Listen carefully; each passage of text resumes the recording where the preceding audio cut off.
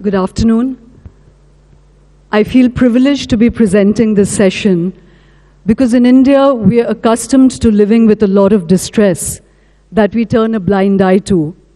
This is a country of many competing crises, and very often the response to that can be to retire and retreat into our own shells and have a sense that let's just get on with our own lives and make good. But what if those most intimate spaces, those nucleuses of well-being, are ourselves under threat? What if the crisis is in our most personal spaces? A few years ago, Deepika Padukone spoke about her struggle with depression, and she opened up a very crucial conversation. Crucial because it foregrounded the fact that this crisis is not caste, class, religion, or language specific. It can affect us all, and it is something that we need to speak about.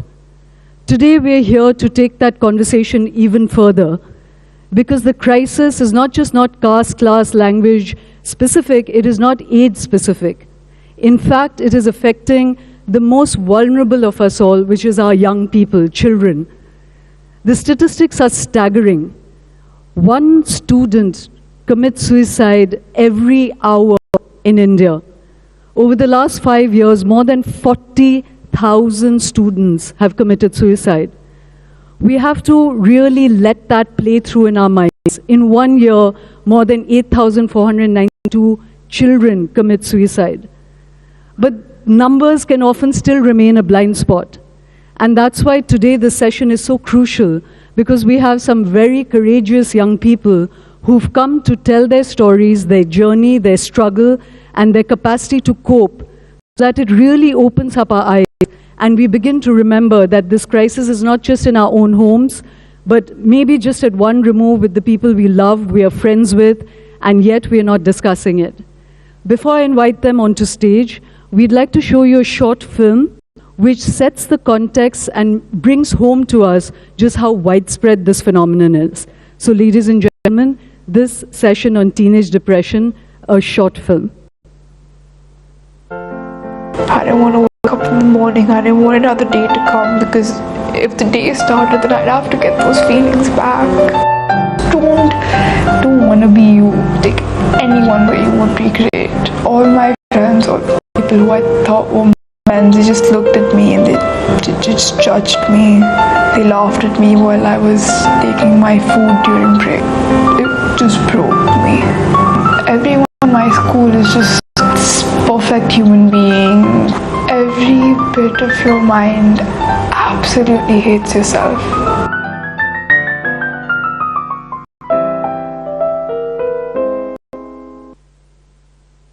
So I'm 17 right now. A lot of my mental health problems started when I was 14. It started with a few months of an acute depressive phase, hopelessness, lack of appetite, things like that, which sort of segued a year later into a manic episode, which gave me my final, confident diagnosis of bipolar 1 disorder.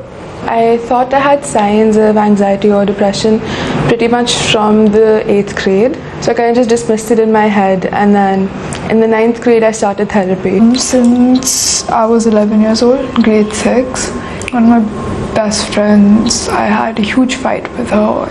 Just like empty but heavy. When I'm doing something, I can't concentrate on things exactly. I'm absolutely exhausted. But even sleep won't help with this kind of exhaustion.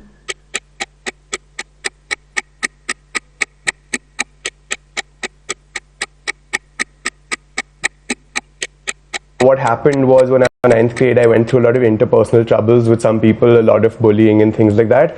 In the 11th grade, we went for a trip, and on the first night, I started having like a really weird kind of hallucinating kind of thing. It was friendships. There was a large falling out. It was a sense of intentional isolation, ostracizing really. So I started wondering what was wrong with me. That's why I started putting up newspapers in the mirror, because I didn't look at myself. I dissociated for around a week after that. Essentially, you kind of lose control over what you're doing and saying. I internalized a lot of the emotion I was feeling, right? Which ultimately led to, unhealthy coping mechanisms. I was moving schools. My parents had been separated for most of my life, and my father had moved back a year before that. And 8th grade was also the first time we ever had exams. All of this happened simultaneously while my midterm exams for class 9 were happening. My grandfather had just passed away and my brother was going to college.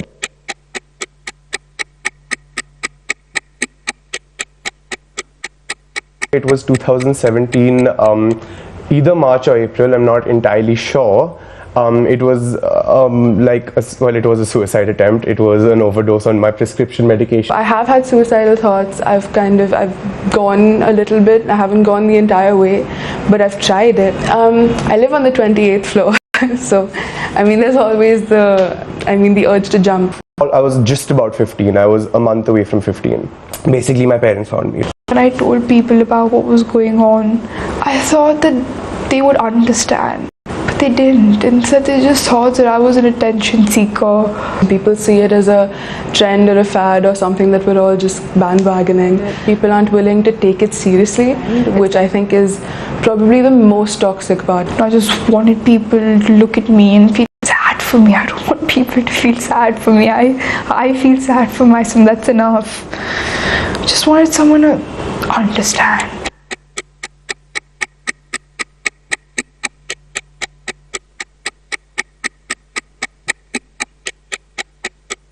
I've always had self-image issues, but that's because I've been overweight all my life. I'm sure it had some role to play in what happened to me and my mental health.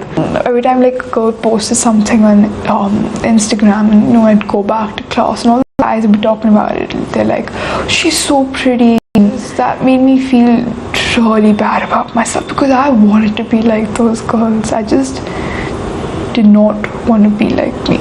So I think maybe in the 3rd grade, even I was doing these crazy fad diets and kind of compensated for it through other characteristics. I bolstered my personality or my talent, kind of branded myself differently. I hope that I find peace with it one day. I just don't think yet, but I'm getting that.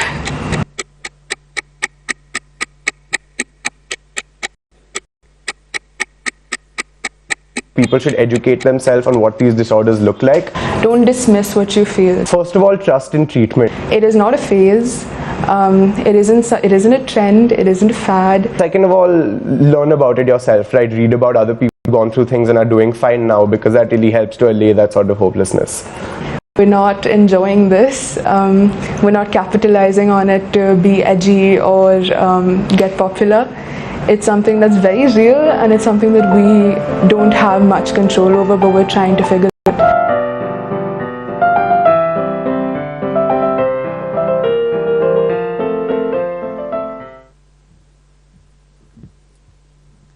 As I said, we wanted to establish that landscape of struggle which is beyond the statistics, and that's why with great pride, I'd like to invite on stage Ambud Sen Patra, who's 20. He's a student of psychology at Ambedkar University.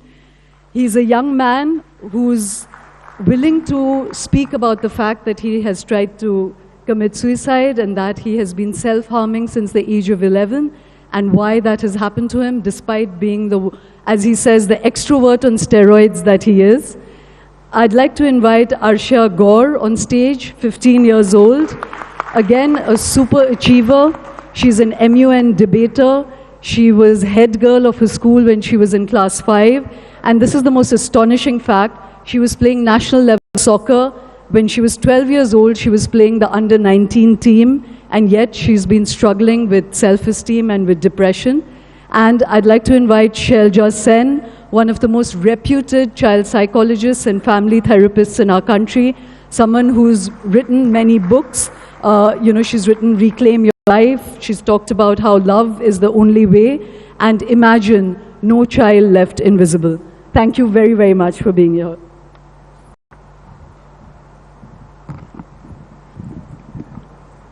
Once again, thank you. Ambujad, I'd like to start with you. I'm going to quickly describe like a CV, the external factors of your story, because what we really want to probe is the more internal landscape that led to that. So as I said, you're someone who's a psychology student, you're a slam poet, and yet you tried to commit suicide. You're a high achiever, you've been getting 95%, but you've been self-harming since you were the age of 11, and you were diagnosed with ADHD when you were about 4 years old. So would you help the audience understand what was the trigger incident when you were 11 that began to make all of your anxiety manifest itself like this? It's Is on. this what? Oh, yeah, hi. Wow, there are so many people. So I started self-harming at age 11. The trigger was academics. And I think that has been a big part of the triggers throughout the years, throughout the worst phases of my life.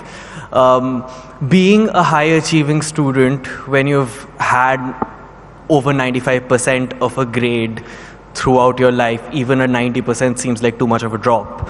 When the entire world is telling you can do better, you can do better, you can do better. And suddenly you feel like, I don't want to do better, I want to try out other things in life. And when there is that sudden drop in marks, you feel like the world is closing in around you. Everything is coming to an end.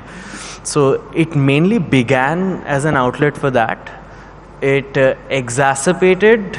I was in military school for 2 years. I was age 13 to around 15. I was there, and there the ADHD got better of me, because I already have an issue organizing things, and their organization is a big deal in any military institution. So yeah, left, right and center, a lot of punishments for my batch were the fault of mine. And that's where I think the first mega negative spiral in my life happened. Then after that, again, academic pressures. And I think that's actually a problem with anyone who has a mental illness and yet can be a high achiever, because people who have severe enough mental illnesses that their daily life comes to a standstill, they become dysfunctional, they're already suffering enough. Those who do not have that severe of an issue, when they're not given the support, when they're not given the accommodations, when the system is structured in a way that's against them, they already begin to suffer just as much as the former described group. So Ambuj, I'll come back to you, because you described your experience in military school, and you said one of the pressures was that there was so much of mandated punishment, that any little slip on your part, your friends and your entire your batch was being punished for things that you were doing. So that was one pressure. And this idea of control, when things are going out of control, what you do. But before that, Arshi, I want to bring you in. As I described again, that you've been a high achiever all your life, as much as it's possible for a young person to be. And yet you stopped eating and completely, you were anorexic to a point where at one point you dropped to 29 kilos, you passed out in school, you were hospitalized. Again, will you share with us what was your trigger episode? Why in what would look to everyone as a very successful life, why did you feel such helplessness? I think in the Indian culture, a lot of love is expressed through food.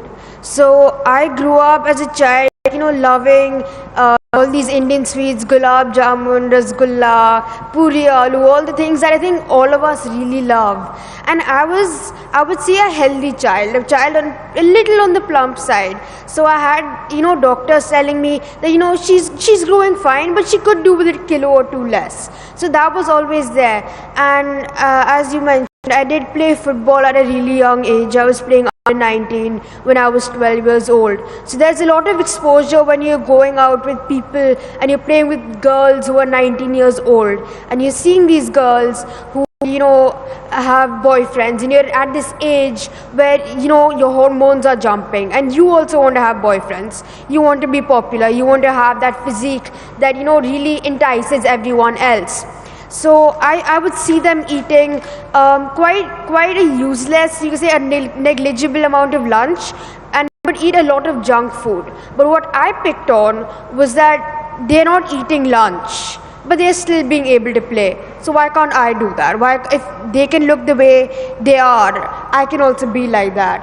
And therefore I wanted to look like them and I stopped eating. But, you know, and Arsha, I'll draw you in very quickly, but just to explore that a little bit more, Arsha, you've spoken about that being one trigger, about why you stopped eating. But you know, there was more in your life, and there was a particular episode which really tipped you over the edge into acute depression, was when you went to camp. And you know, I think one of the things we want to explore is just what your peer environment and friendships, you know, what is that landscape of vulnerability that we don't even recognize? Would you share that episode? So I think friendship has to be mutual. Only then can it be called friendship. Otherwise it's not friendship. It's just unilateral, and that way friendship does not exist. So I think when you have friends who are who go as long as, like, you know, 8-9 years long back with you, then you have certain expectations. You decide certain trusts in them, and when that trust is sort of betrayed, when you feel let down, then it's you feel terrible. And when it's when you're let down by a group of people, it's 3 or 4 times the letdown that you feel. And when too many things happen all of a sudden, for me, it was me going for football, it was me going for camp.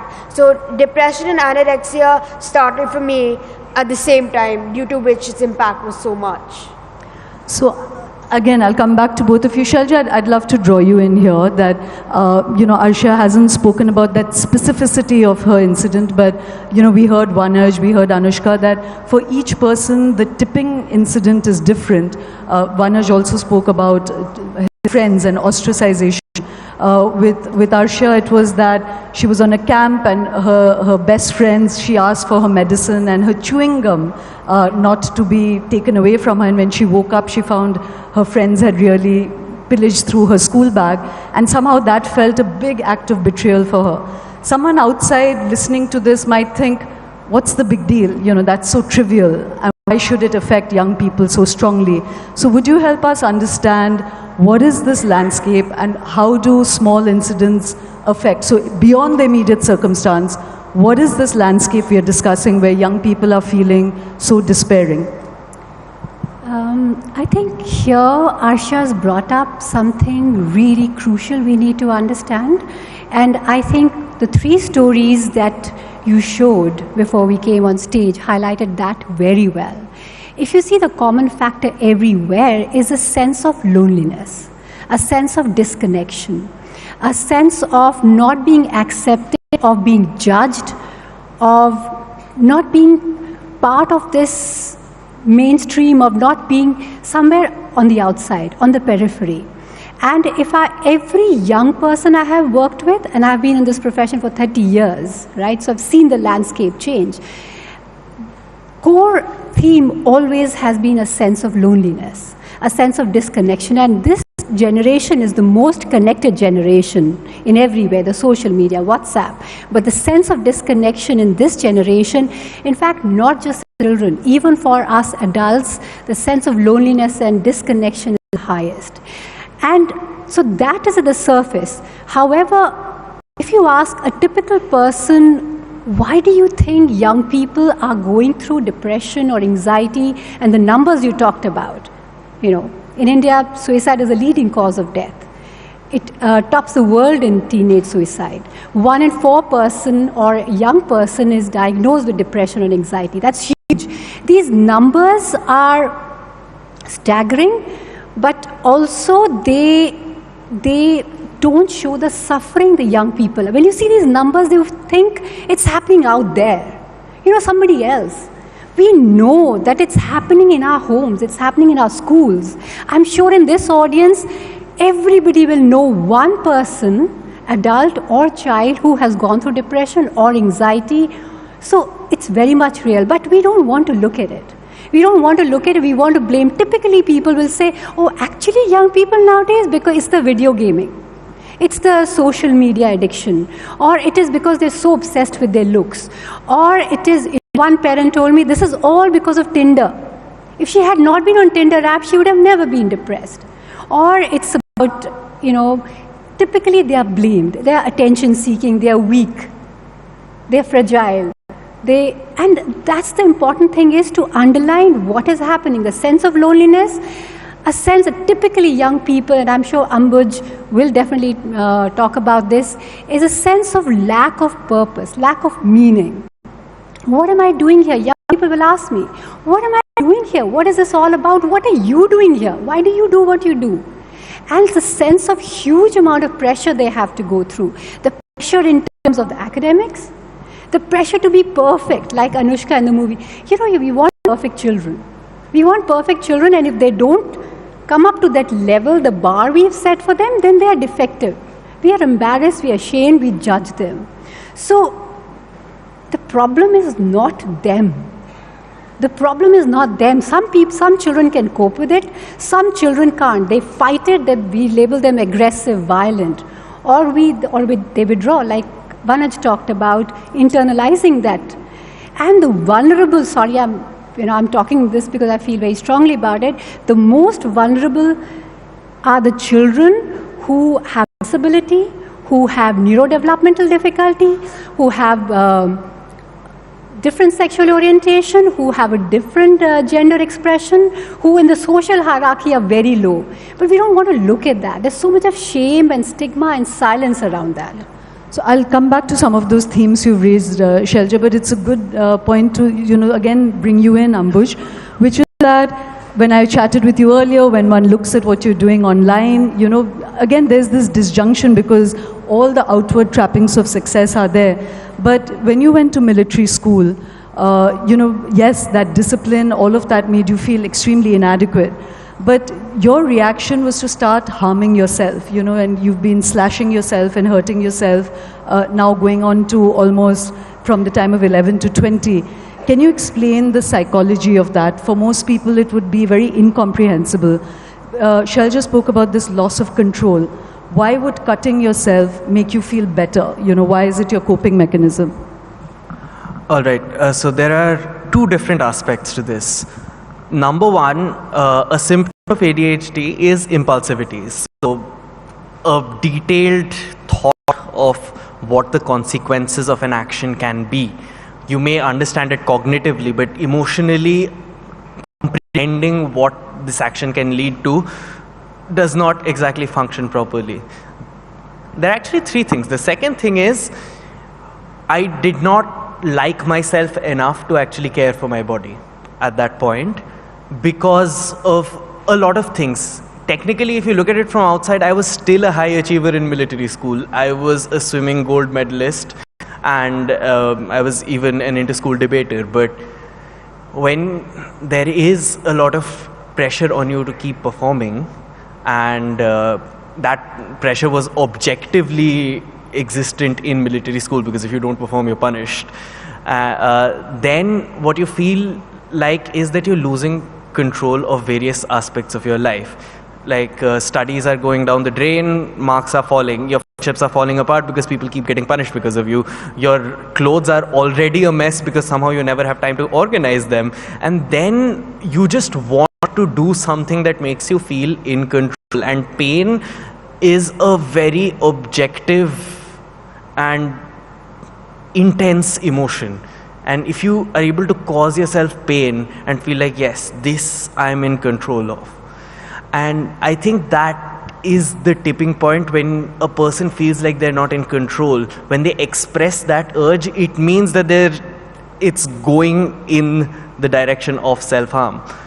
And stopping it there is actually quite easy.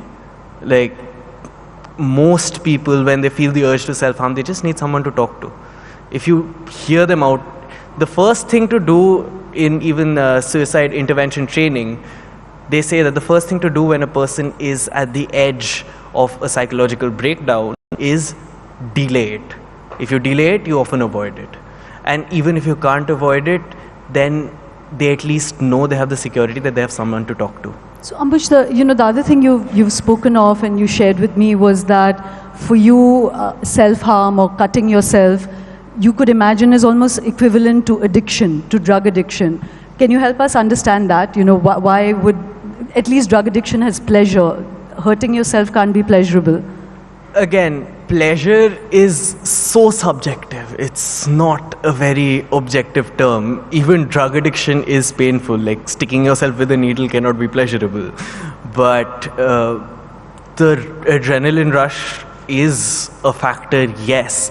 But the after effect of the cutting is always a feeling of resignation, and resignation is still better than the anxiety that comes before.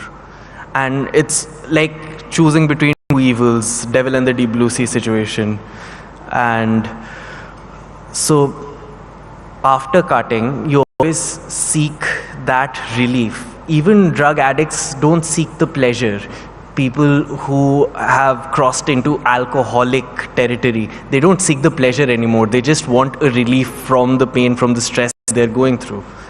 So I'll come back to a bit of that. Arsha, you know, when we were looking at the younger children earlier, as well as your stories, each one is like a personal landscape, you know, of what makes you feel so helpless and hopeless.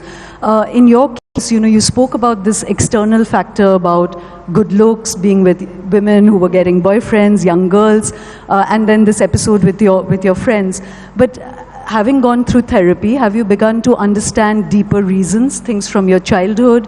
Were there other things that people can't know about, which was creating this pressure cooker situation within you? Yes, definitely. I think talking, like Ambuj said, really helps you understand that it's not one incident, but it's a series of incidents which probably start much before, but you keep on bottling them up, and then it becomes like a baking soda volcano, just erupts. So for me, I realized through therapy, it was a lot about me not being included since childhood, probably friend groups or even in families. I used to see that, like, you know, in wedding functions, that there would be a group of cousins, but I would always be left behind. Their cousins, you know, having fun, and there are these little groups of children playing in school, and you're never included. And it's always the feeling of, why me? What is it in me that I can't be included? I want to be like them. I want to, you know, be in this kitty party and have fun. It's always the question, why me? And then, like Ambuj said, you seek to escape. This escapism comes from something that others might see as, you know, harming, like self-harm. For me, it was not eating. Starving is obviously not easy to do, A. B, it is not pleasurable. But it's the only thing that makes you feel good about yourself, is that you're successful in being able to cause harm in yourself, which is what makes you feel good about yourself. Shalja, you know, you spoke about parents. I want to come into that very quickly, Arsha, because we're going to run out of time before we've even explored anything. Is that when you were a very young child, when you were in class 2, there was an episode again which people may not be comfortable talking about, but it's important to open it up. Done to you again by a friend. Would you be comfortable speaking about it? Yes, definitely. So I think a lot of us don't have a conception, especially young kids, about good touch and bad touch. And I think that's something that should be taught to children along with mental health since the very beginning in ways that are understandable to them. In class 2, I was subjected to physical abuse by this girl. I had just transferred schools, and you want to be friends with everyone. You want to make new friends in a new school. And the only way she would let me be friends with her was if I would let her feel me. If I would let her feel my breasts, or if I would let her feel other parts of my body. And that made me feel very insecure about myself. And till date, I'm not comfortable with people touching me too much. And that's also about that also led to one thing of me being very insecure about my body image. So, you know, again, if you have time, I want to come back to some of those themes. Shalja, could you speak about just the parent-child, you know, in all the cases that you've dealt with? You know, they've spoken about academic pressure, and that's something people recognize. But they're also talking about friendships being the source of stress. Yeah. And the third big pole in any child's life is the parent-child relationship. Yeah. Is that a common theme, and what about it is problematic? What is the breakdown between parents and children today? As a family therapist, or in fact, I would say understanding the system is extremely important. Parents, when children are going through difficult times, it's very difficult for parents to understand the suffering the children are going through. Because if my child comes back from school and says, I don't have friends, or I'm lonely, or I'm feeling depressed, or whatever the issue might be, or I'm cutting, I see that as a reflection of my failure as a parent, as a mother. And for me, it's very easy to dismiss it and say, no, you're absolutely fine, or blame the child, right? So in that sense, parents find it difficult to accept the suffering or the hardship the child is going through. And many times, the problem is not just the parent and the child, it's actually the problems, the mental health problems represent social issues. They're not individual or family issues. Young people nowadays are, like I say, they are canaries of our times. Olden times, the mines, they would send canaries down to check the oxygen level. They are the ones who are showing the suicide level is so high. You can't just say because of them, or because of certain families, or because of certain parents. It's a social thing. It's a social issue, and it's very important that we are discussing this in a national forum like this. We need to have more conversations and, discussions around this. Now, having said that, there are 3 Ds I talk about, which many times parents and teachers end up doing when children have mental health problems. The first is defining them. They start defining child, this child has depression, this child has anorexia, this child has panic attacks. And we have to understand these labels are meaningless. They are the cover of the same book, same story. The person might have addiction, might have eating disorder, anxiety, depression. Underlying that is the suffering of the person. And that's very important, that we don't start defining the person by that single story. Second is dismissing. Of course, you're just doing attention seeking. It's just drama. You can snap out of it. And third is dumping. Dumping is any problem the child might be going through, a social problem, the school problems, family problem, we just dump it on the child, it's because of depression. So it's very important that we need to educate ourselves, like Vanaja was talking about it, what is mental health, what are the mental health problems? And as a society, what do we need to do? Right? So Ambuj, let me quickly ask you that if we've talked about that landscape of struggle, but if today there are a lot of young people who are going to be watching this, from your own experience, what is the thing you would love to tell other young people? What is the takeaway from your own journey? My biggest takeaway is it's a relic of the Industrial Revolution that tells you that objective success equals personal fulfillment. That is not true at all.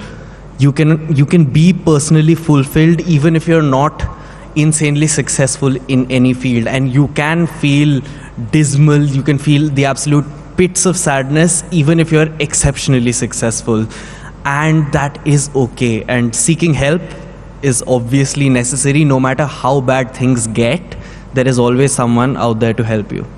These are the 2 things. And so do you feel more in control now? You attempted to commit suicide very recently, but have you been able to pull yourself together, and are you feeling more in control of your life? I do feel a lot in control, and obviously all that credit doesn't go to me. A lot of it goes to Dr. Amit Sen, who is Dr. Shailaja's husband and also my psychiatrist. And a major part of it goes to my parents, because that has been an unflinching support system, and I think that creates a safe space that a child can always go back to. And so now I feel a lot better. Arshia, similarly, from having gone down 29 kilos, being hospitalized, today you're off medication, you're on your way to complete recovery. What was it that helped you? What did therapy do for you that it could do to a lot of other young people? I think it showed me from the people who don't think I'm so valuable, there are 10 times the amount of people who love me. So I would rather look at the glass half full than see it half empty, and choose, the things that, find little things that make me happy rather than look at the things that make me sad. And obviously all the credit, like Ambuj said, goes to Dr. Sen and my parents, and most of all my school teachers. They've been an immense support in this journey. So I would just encourage all people to just look at the the glass half full. Look at it half full and you'll be satisfied. Shelja, if there's just one quick takeaway that you would want, not just parents or kids, but an entire society, what would be that one thing? I think we have to say that, and particularly to young people, I'd like to say that do not let a single problem define you. There are multiple stories to you. Don't let a single problem define you. And you have a journey of hardships, but you have a huge sense of hope that Arshia and Ambuj bring to us, and find your audience. Both of them have an amazing audience in open mics, whatever gives you a sense of purpose. One thing that I have found which changes people's lives is when they get a sense of agency, when they get a sense of, this is what I want to do in life. It could be filming. Don't let adults decide for you. They really don't know. They can't fix you, really. You need to be subversive. You need to question. Don't let them, like I think the tattoo on your hand says, what does it say? Raise a glass to freedom. Exactly what I mean. Raise a glass to freedom. To freedom, yeah, that's it. Thank you very, very much, all three of you. It's really, really courageous, of both of you particularly, but also really like to thank their parents and the entire support structure around them, which has enabled them to step out and to speak.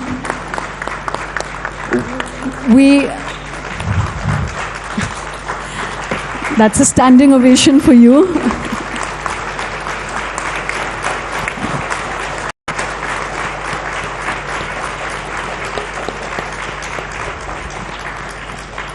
I just wanted to re-emphasize one aspect that they've all spoken about, including the children on screen, is that all of them needed a space to speak. That sense of a pressure cooker and helplessness goes out of it when you find somebody who will take your emotions seriously and just give you a chance to speak and be respected, and that itself is half the battle won. So this platform is very important, and India Today is creating that space for people to speak up, and thank you for making that possible. Before I invite Neerja on stage, Yes, thank you very much, Ambuj and Arshia, for being so incredibly brave. Thank you, Dr. Sen. Her book is available outside at the author's corner. Please do grab a copy. Can we invite Mr. Puneet Anand, Senior General Manager and Group Head Marketing of Hyundai Motor India, to please come on stage